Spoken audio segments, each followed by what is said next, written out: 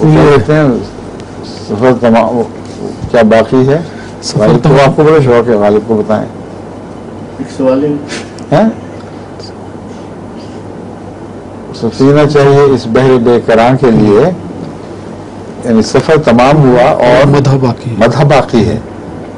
سفینہ چاہیے اس بحر بے کراں کے لیے، تو ابھی بحر تو باقی ہے، سفینہ بنا ہو گیا، یہ مشکل پڑی ہوئی ہے. میں نے ایک بات پوچھی جلدی سے. ہاں جی. یہ حکمہ کے بارے میں اچھا، پہلے شادی کے سلسلے میں پوچھ رہے ہیں یا دوسری شادی کے پوری کھول دیں؟ تو یہ حال ہے کہ عورتیں خود اتنی سیلف سفیشینٹ ہیں، ہائیلی ایجوکیٹڈ ہیں، اچھی نوکری بھی کرتی ہیں، بزنس بھی کرتی ہیں، اور مالی لحاظ سے حمدوں سے بھی اوپر ہیں.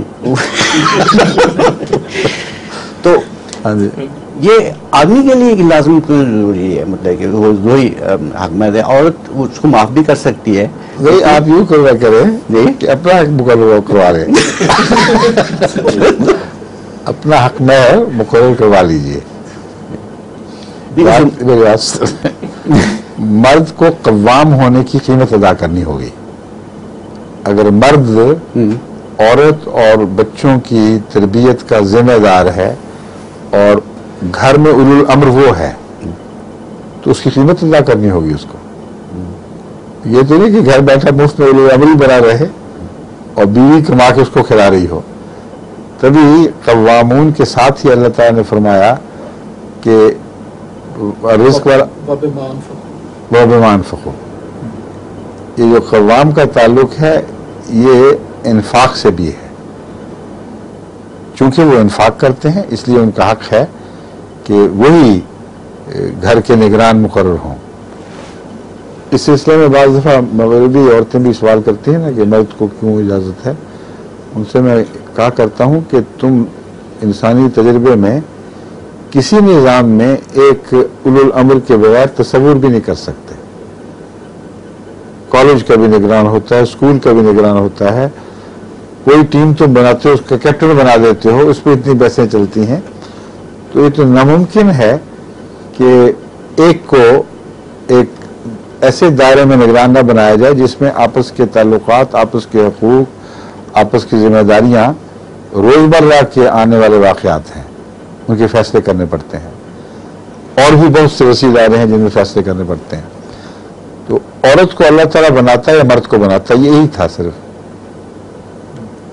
اب اول تو یہ فیصلہ روزمرہ جب یہ کرتے ہیں ایک ٹیم میں تو 11 کھلاڑیوں کی آواز کیوں نہیں اٹھتی؟ اگر اٹھتی ہے تو پھر اس کو دبا دیا جاتا ہے، زیادہ شور میں اس کو باہر بھی نکال دیا جاتا ہے. دیکھنے والا اپنی طرف سے تمام امور کو پیش نظر رکھ کر یہ فیصلہ کرتا ہے اکیلا یا اگر وہ ٹیم ہے کہ قومی نقطہ نگاہ سے، کھیل کے نقطہ نگاہ سے، آپس کے مزاج کو دیکھتے ہوئے بہترین ٹیم ورک کے ساتھ اس شخص کے تابع کام کر سکتی ہے. تو خدا تعالیٰ نے انسانی فطرت، اس کے قوا کو پیش نظر رکھا ہے.